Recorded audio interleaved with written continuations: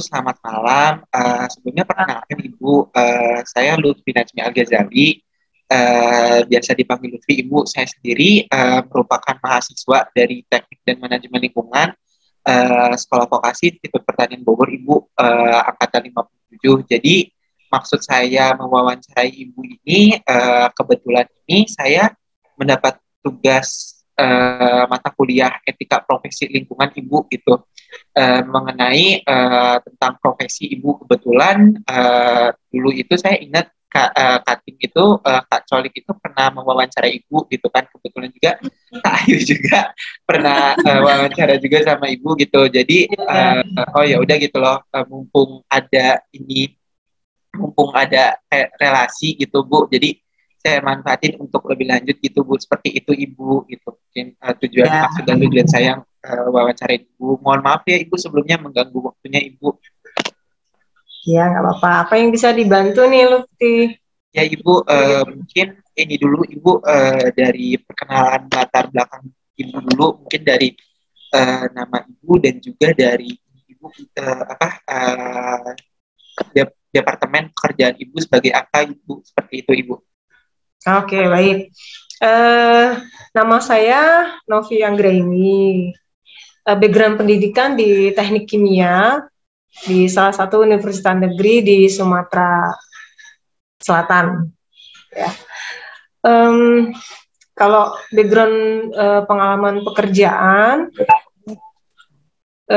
dari tahun 1999 itu kebetulan berkesempatan berjodoh di perusahaan manufacturing. Jenisnya macam-macam, dari partisi, kemudian ada fiber optik, kemudian juga ada polimer, ada personal care gitu ya. Nah, kebetulan kalau di departemen saya berkutat dalam bidang quality control, quality, technical service, engineer, kemudian juga R&D, research and development, terkait juga dengan terlibat dalam bidang konsultasi, konsultan, project-project konsultan juga gitu. Oke, terima kasih banyak Ibu. Sebelumnya mungkin kalau sekarang Ibu, kalau boleh tahu Ibu, apa sih Bu profesi yang sedang Ibu jalankan pada saat ini Ibu, seperti itu? Kalau saat ini saya bekerja di perusahaan manufacturing, personal care, dan household di departemen quality yang membawahi quality control, quality assurance, research and development. Nah, di mana ini juga bertanggung jawab terhadap implementasi sistem atau quality management system di perusahaan. Jadi nanti kegiatannya terkait dengan penyusunan SOP. Ini kalau untuk dari divisi quality assurance dan QC-nya ya, dan quality sistemnya. Jadi membuat SOP, monitoring implementasinya. Kemudian kalau ada aktivitas-aktivitas internal audit, external audit, itu ada di divisi saya. Kemudian di samping beberapa divisi lain yang juga saya tangani untuk research and development dan QC ya, QC terkait dengan inspeksi kualitas produknya. Gitu. Tapi kalau kayak untuk bidangnya Alif nih kayaknya lebih ke sistemnya ya. Lutfi ya. Ya Lutfi Ibu. Oke Ibu. Mungkin ini sih Bu, kalau boleh tahu Ibu, Ibu dari sudah berapa lama Ibu bekerja pada bidang yang Ibu sebutkan tadi, kurang lebih berapa lama Ibu, lalu untuk tantangan tersendiri Ibu dalam menjalani tugas dan profesi yang Ibu jalankan pada saat ini seperti apa Ibu? Oke. Kalau sudah berapa lama, lebih dari hampir sekitar 28 tahun ya, 28 tahun berhubungan dengan terkait dengan bidang quality management system ini. Seperti itu. Kemudian tadi pertanyaannya apa? Ada kesulitan apa begitu? Tantangan Ibu ya. Tantangannya bagaimana kita kalau terkait dengan sistem, bagaimana kita membuat sistem itu yang memenuhi persyaratan standar yang dibutuhkan. Misalnya kalau kita mau implementasi 14.000, berarti bagaimana ini sesuai dengan standar requirement ISO 14.000 misalnya, atau ISO 9001 2015, tetapi juga bisa atau memungkinkan untuk bisa dilakukan di perusahaan.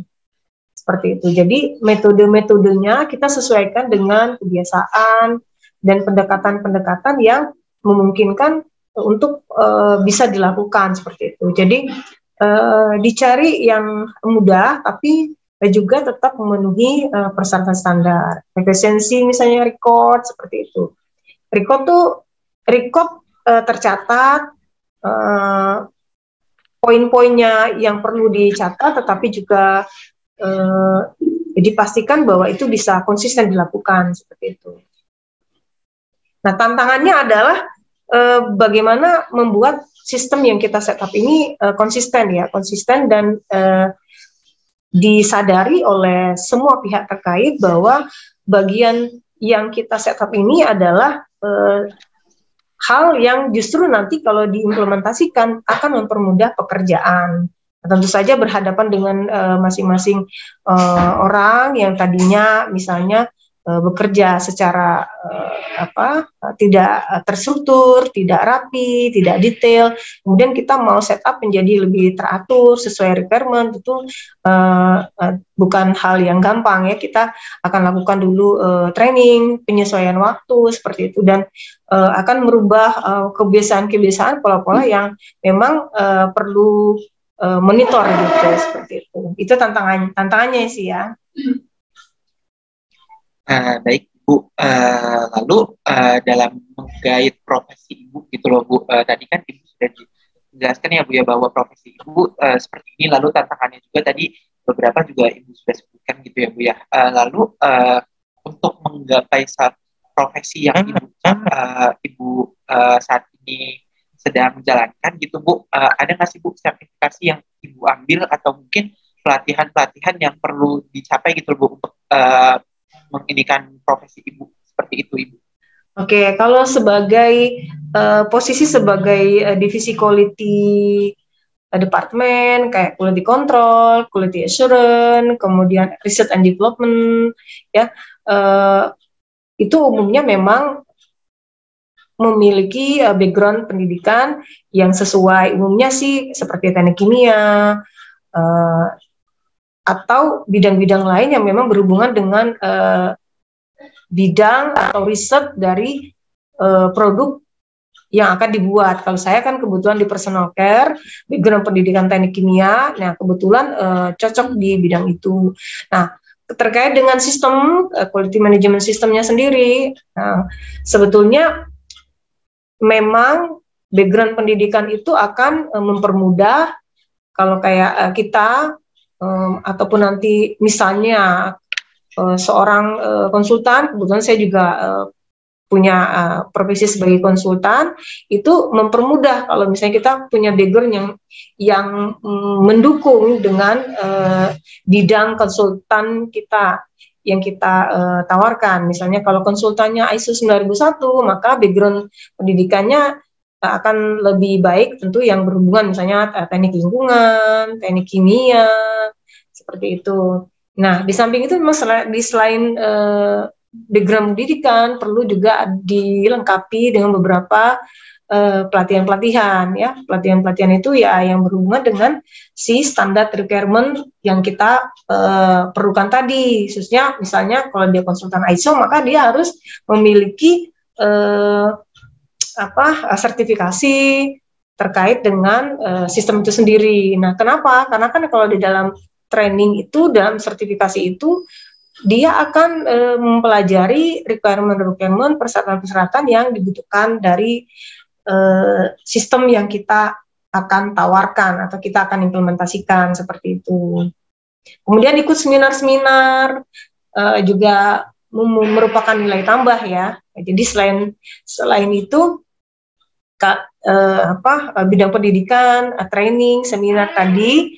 Nah, di dalam sisi konsultan pun, kalau misalnya sebagai konsultan, maka bisa kita simpulkan bahwa seorang konsultan itu juga selain dia memiliki background pendidikan, seminar, ataupun juga sering ikut pelatihan-pelatihan, background dia pernah bekerja di perusahaan manufacturing itu membuat si konsultan ini juga makin dalam ya ketika dia memberikan contoh-contoh ataupun pendampingan ke pihak perusahaan dalam melakukan setup sistemnya seperti itu. Nah itu jadi di samping background pendidikan, pengalaman pekerjaan, kemudian seminar-seminar, sertifikasi, training itu memang beberapa hal penting yang perlu disiapkan atau memperkaya seseorang untuk menekuni di bidangnya seperti itu. Terima kasih banyak Ibu. Selanjutnya Ibu gitu loh. Kebetulan kan profesi Ibu ini tadi menginginkan seperti quality control gitu ya Bu ya. Lalu apakah dalam Ibu bekerja itu Bu mempunyai acuan dalam menjalankan tugas? Lalu acuannya itu mungkin seperti SOP atau mungkin peraturan dari undang-undangan dan sebagainya Ibu, atau mungkin dari prosedur atau persyaratan lainnya, dan bagaimana Ibu menjalankan tugasnya Ibu seperti itu? Oke. Tentu saja kita melakukan itu ada standar requirement-nya ya. Contoh misalnya karena perusahaan yang saya tekunin ini kebetulan di bidang personal care, maka beberapa standar kalau terkait dengan produknya kita mengacu ke misalnya salah satunya ke CPPKRTB dan juga ke CPKB-nya BPOM. Jadi menurut bagaimana persyaratannya dari sisi Depkes-nya maupun dari sisi BPOM-nya itu terkait dengan klaim produknya. Kemudian kalau requirement sistemnya kita mengacu ke misalnya kebetulan kan di tempat saya itu mengimplementasikan atau sudah sertifikasi ISO 9001, 2015, ISO 22716, GMP, kemudian HAS 23.000 yang halal ya. Nah, sehingga tentu saja SOP maupun dokumen-dokumen pendukung yang kita lakukan maupun prakteknya di dalam implementasi jalannya pengecekan ataupun sistemnya quality department sendiri memang mengacu dari ke persyaratan-persyaratan tadi seperti itu. Nah, dari persyaratan tadi barulah dituangkan ke SOP si perusahaan ini gitu. Jadi standar referennya dari standar requirement besar ya, misalnya dari ISO 9001, ISO 276, kemudian dituangkan kembali dibuat menjadi prosedur perusahaan. Nah, pembuatan prosedur ini disesuaikan dengan aktual pelaksanaan di perusahaan sendiri. Bagaimana SOP ini bisa memenuhi persyaratan standar tadi, tetapi juga memungkinkan untuk bisa dilakukan di perusahaan seperti itu. Terima kasih banyak Ibu. Tadi kan sempat menyinggung mengenai ISO 901/2015 ya Ibu ya. Nah, ini kan yang pernah saya baca ya Bu ya gitu loh.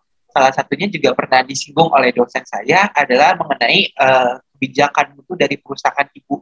Nah, kalau boleh tahu Ibu, kira-kira apa sih Bu kebijakan mutu yang dikeluarkan oleh perusahaan Ibu seperti itu Ibu? Kalau kebijakan mutu itu adalah kalau di tempat kita ya pertama membuat produk sesuai dengan persyaratan standar yang dianut oleh perusahaan kami, kemudian tentu saja akan memproduksi produk yang berkualitas dan memenuhi persyaratan standar bagi seluruh customer kami. Kemudian berusaha memenuhi semua persyaratan standar yang kami implementasikan yang terdiri dari ISO 91/2015, ISO 22716, GMP, CDTK-RTB, BPOM, kemudian HAS.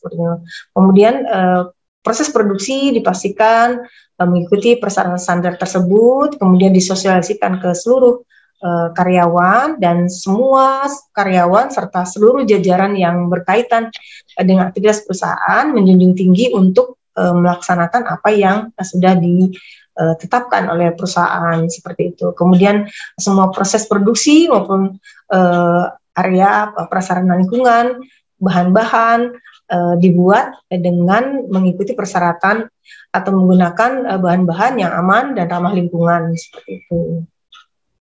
Ya, baik, terima kasih banyak Bu. Mungkin untuk selanjutnya nih Bu, kira-kira nih Bu, apa mungkin gini Bu, sebentar.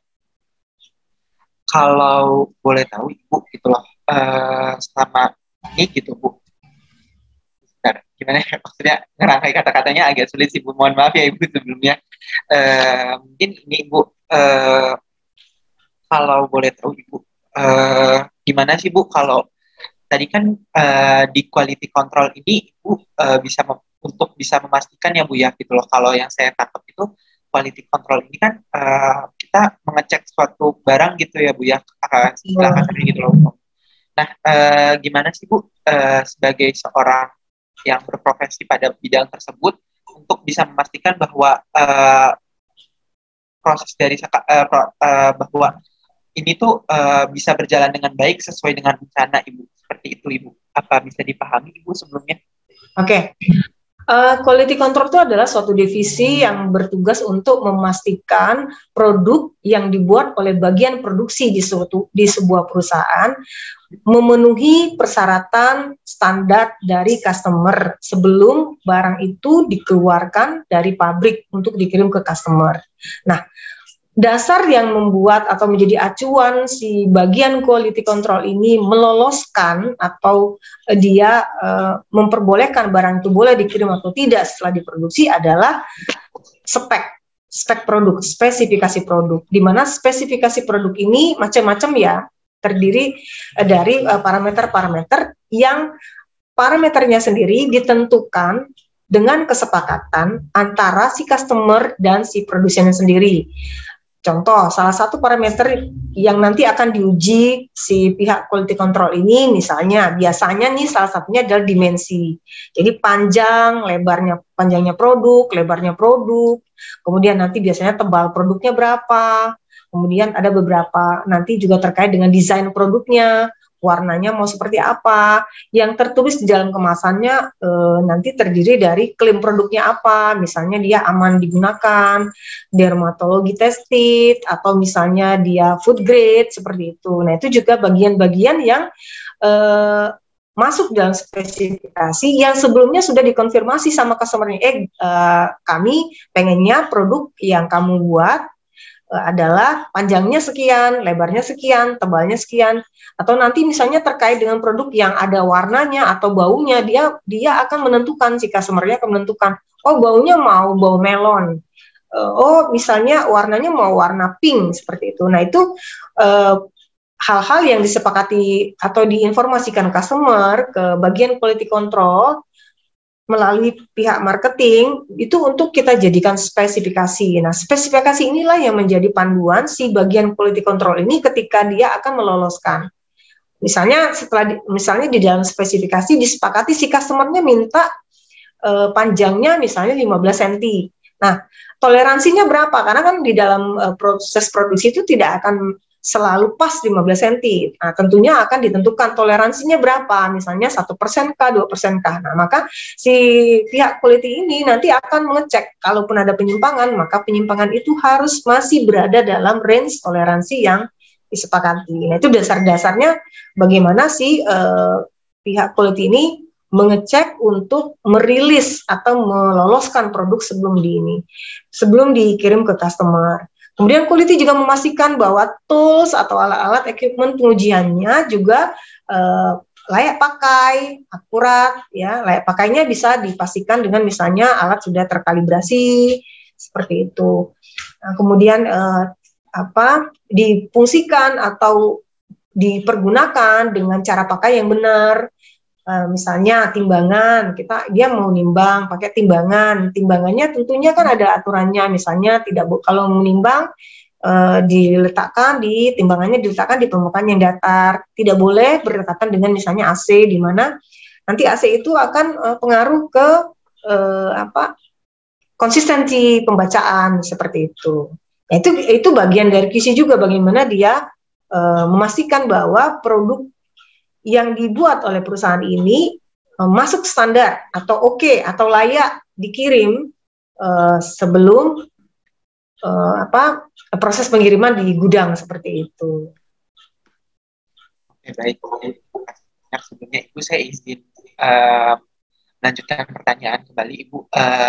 Ini kan Ibu mengenai profesi yang sekarang Ibu sedang ini ya Bu ya, sedang Ibu pegang gitu loh. Kalau boleh tahu Ibu, apakah dalam profesi Ibu memiliki kode etik Ibu, dan kalau boleh tahu kira-kira kode etik tersebut seperti apa Ibu? Kalau kode etik tentunya misalnya terkait dengan formulasi, kita juga tidak boleh menginformasikan formulasi ataupun dokumen-dokumen konfidensial perusahaan ke pihak ketiga seperti itu. Dokumen-dokumen yang dikirimkan juga terkait dengan dokumen-dokumen standar yang memang sudah ditetapkan oleh perusahaan. Apa saja yang boleh di-share dan apa saja yang tidak boleh di-share seperti itu. Baik, terima kasih banyak Ibu. Mungkin ada 2 pertanyaan terakhir Ibu dari saya gitu mengenai ini Ibu.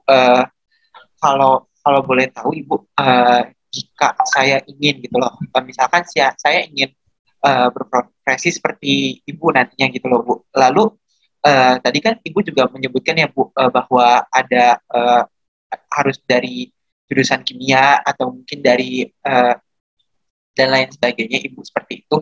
Nah kalau boleh tahu Ibu, apakah bisa Ibu misalkan kita mungkin misalkan saya dari luar jurusan Ibu atau mungkin dari luar jurusan teknik lah misalnya gitu loh. Apa bisa Ibu saya memiliki menggapai profesi yang sedang Ibu gapai sekarang?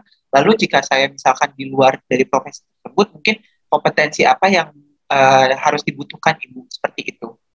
Oke, bisa. Quality control itu kan sebetulnya nama sebuah divisi ya, bagian atau departemen di sebuah perusahaan yang menangani atau memastikan kualitas produk yang dibuat oleh perusahaan tersebut. Nah, nanti biasanya kebutuhannya akan disesuaikan dengan bidang atau jenis produk yang dibikin oleh si perusahaan.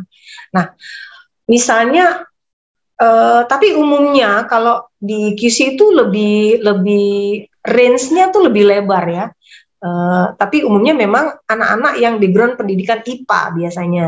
Jadi IPA itu bisa teknik kimia, bisa teknik lingkungan gitu. Nah, memungkinkan sekali. Nah, kecuali kalau yang sifatnya lebih spesifik ya, misalnya hal-hal yang istilahnya dia harus memiliki background dari awal. Dari contoh misalnya apoteker. Nah, kalau apoteker kan mungkin bidang-bidang yang agak memang dibutuhkan pendidikan awal. Tapi kalau misalnya kayak di QC itu lebih spesifik atau lebih general, lebih banyak memungkinkan untuk bisa menerima beberapa kandidat dari, ya intinya sih umumnya biasanya di bagian IPA ya, bagian IPA. Nah, jadi kalaupun nanti spesifik bidangnya itu akan disesuaikan dengan bidang perusahaannya. Contoh misalnya perusahaan kabel misalnya, orang quality-nya, maka nanti biasanya akan dipilih orang-orang yang lulusan yang memahami minimal paham terkait dengan perkabelan misalnya seperti itu, atau IT misalnya, IT, jadi nanti background-nya di IT seperti itu. Kalau yang kayak makanan, personal care itu lebih general, lebih umum, memungkinkan untuk menerima teknik lingkungan, teknik kimia, MIPA gitu, MIPA kimia seperti itu. Terima kasih banyak Ibu sebelumnya.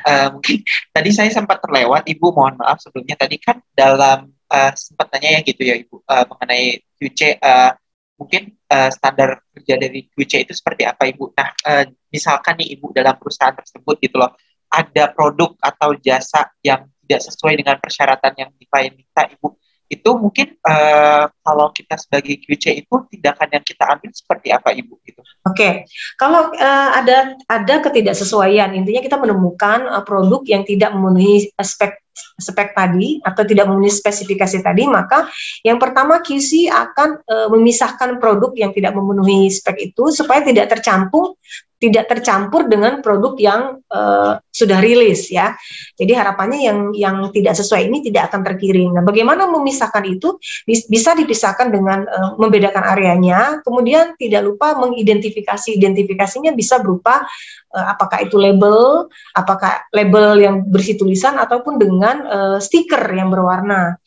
Nah, ini untuk memudahkan pemisahan tadi, penandaan bahwa sehingga nanti di gudang tidak akan salah kirim seperti itu. Nah, kemudian nanti tentu saja data-data ketidaksesuaian ini akan dicatat dan diinvestigasi oleh bagian QC kira-kira kemungkinan ketidaksesuaiannya seperti apa, kenapa ya. Supaya nanti itu akan di-share ke lintas departemen supaya next tidak akan kejadian kembali. Seperti itu sebagai tindakan corrective action-nya. Jadi terhadap produknya dipisahkan agar tidak terkirim, kemudian terhadap penyebab masalahnya dianalisa untuk diantisipasi tidak terulang kembali. Tentu saja nanti akan ada informasi ke atasan, meeting ke lintas departemen terhadap ketidaksesuaian tersebut. Nah, kalau nanti masalahnya terkait dengan ketidaksesuaian disebabkan oleh material yang dikirim oleh si supplier, maka itu nanti bagian quality akan menginformasikan ke bagian pembelian untuk diteruskan ke bagian ke supplier ya, ke pihak yang memasok bahan tadi, bahwa barang yang mereka supply ada ketidaksesuaian sehingga menyebabkan produk kita menjadi tidak sesuai, dan itu nanti mereka akan tiktokan lah antara bagian pembelian perusahaan dengan bagian supplier apakah akan diganti atau akan dipotong harga dan lain sebagainya seperti itu. Terima kasih banyak Ibu. Sebenarnya ini satu lagi Ibu, kalau misalkan nih Ibu dalam proses QC tadi Ibu, kalau misalkan kita nih sebagai QC menemukan kesalahan yang tadi gitu loh, apakah ada langkah-langkah mungkin evaluasi ya Ibu biar kedepannya tidak terjadi kesalahan seperti itu lagi Ibu? Apakah dari QC ada mungkin tindakan atau mungkin persyaratan prosedur lainnya Ibu seperti itu Ibu? Oke, kalau yang pertama kita temukan misalnya ketidaksesuaian, kita akan lihat itu terjadi pada ada coding. Setiap produk itu ada coding batch-nya ya. Dari coding batch akan dilihat. Biasanya setiap coding batch itu akan mengidentifikasikan atau menginformasikan bahwa produk itu dibuat pada tanggal berapa, pada batch nomor berapa, gitu ya. Nah, dan pada tanggal berapa, pada jam berapa. Nah, dari situ nanti kita akan trace pada tanggal dan jam itu apakah ada ketidaksesuaian, misalnya nih apakah ada mesin rusak ataukah pada saat itu ada ketidaksesuaian lain. Contohnya misalnya pada saat itu kita menggunakan materialnya apakah sudah sesuai spek atau tidak. Jadi kita cek dari sisi formulasinya apakah ada kesalahan formulasi ataukah ada troubleshooting di mesinnya atau ada human error. Human error ini misalnya ada kesalahan si operator memasukkan formulasi. Jadi misalnya contoh formulasi udah betul nih, tapi pada saat menimbang ada ketidakakurasian ataupun ada keteledoran dari si formulator tadi, operator tadi, sehingga formulasi yang misalnya materialnya harusnya isinya ada 5, maka tetapi aktualnya mereka hanya mencampurkan 4 saja sehingga terjadi ketidaksesuaian seperti itu. Nah, dari di sana tadi, analisa tadi, beberapa penyebab tadi itu akan disimpulkan ini penyebabnya dari mana, root cause-nya akan ketemu, sehingga dari situ kita akan sosialisasi, kita akan meeting, kemudian kita tentukan tindakan pencegahannya. Jadi kayak ada metode 5W 1H itu loh. Ya, terima kasih banyak Ibu. Mungkin terakhir ya ini Ibu, mungkin gini Bu, apa sih Bu pesan Ibu untuk mahasiswa atau mungkin teman-teman fresh graduate atau mungkin yang ingin berkecimpung gitu loh di dunia quality control tadi gitu loh Bu, adakah pesan-pesan yang ingin disampaikan gitu loh bahwa kayak harus bisa menguasai ini segala macam dari sekarang gitu loh, bahwa harus bisa belajar menguasai ini atau mungkin harus bisa mengalami training atau sertifikasi seperti ini Ibu, seperti itu. Oh, oke. Kalau untuk bagian quality sendiri, ya sudah pasti dia pasti nanti akan sangat berhubungan dengan quality management system. Jadi di samping misalnya background pendidikan, kuliah, maka jika ada kesempatan untuk bisa mengikuti training quality management system, ya apakah itu ISO, apakah itu GMP, apakah itu CPTK-RTB ataupun halal, itu diikutin saja, sangat baik diikutin. Nah, kemudian untuk memperdalam, misalnya nanti ada seminar-seminar, biasanya kan seminar-seminar akan dihadiri oleh pembicara-pembicara atau tokoh-tokoh yang memang di samping dari background pendidikan, mereka biasanya juga ahli atau pernah bekerja di perusahaan-perusahaan manufacturing ya. Ini juga akan memperkaya dari sisi pengalaman seperti itu. Nah, jadi bagi adik-adik ataupun siapa saja yang masih mahasiswa masih kuliah, kegiatan-kegiatan seperti itu sangat baik diikutin. Malah kalau bisa jangan menunggu setelah selesai kuliah, sambil paralel juga bisa seperti itu. Ya, apalagi sekarang kan juga banyak ya, di samping ikut seminar, training, media-media lain yang bisa dibaca juga banyak. Jadi itu juga sangat membantu. Nah, kemudian daya analisa itu juga perlu diasah ya, karena nanti konsep menentukan masalah itu juga akan dibutuhkan nanti sebagai quality control. Kenapa, bagaimana, yang sudah pasti ya ini ya inisiatif untuk bisa menyelesaikan masalah itu juga memang harus dipupuk. Jadi kayak kalau di seorang mahasiswa itu kan misalnya kalau mereka sedang menyusun skripsi, maka jangan ditunda-tunda seperti itu. Itu nanti akan mempengaruhi juga style kerjanya ketika nanti sudah terjun di dunia kerja seperti itu. Jadi mensegerakan apa yang sudah bisa dilakukan seperti itu. Oke, baik, cukup cukup Ibu pertanyaannya. Sebelumnya saya ingin mengucapkan terima kasih banyak Ibu atas kesempatan dan untuk meluangkan waktunya. Mohon maaf Ibu mengganggu waktu liburnya. Terima kasih banyak Ibu. Mohon maaf kalau dari saya terdapat kekurangan atau mungkin kesalahan ya Ibu tadi dalam penyusunan menanyakan kalimat atau bagaimana Ibu, mohon dimaafkan. Cukup sekian Ibu. Terima kasih banyak Ibu. Ya, terima kasih Lutfi, semoga bermanfaat ya. Maksudnya singkat sekali, jadi tadi pokok-pokoknya saja dijelaskan ya. Ya Ibu, siap. Sukses selalu ya. Amin, amin. Terima kasih banyak Ibu. Terima kasih. Terima kasih banyak Ibu. Ya. Saya izin stop record ya Ibu. Ya. Oke, terima kasih banyak Ibu. Sama-sama. Get out from my house. Itu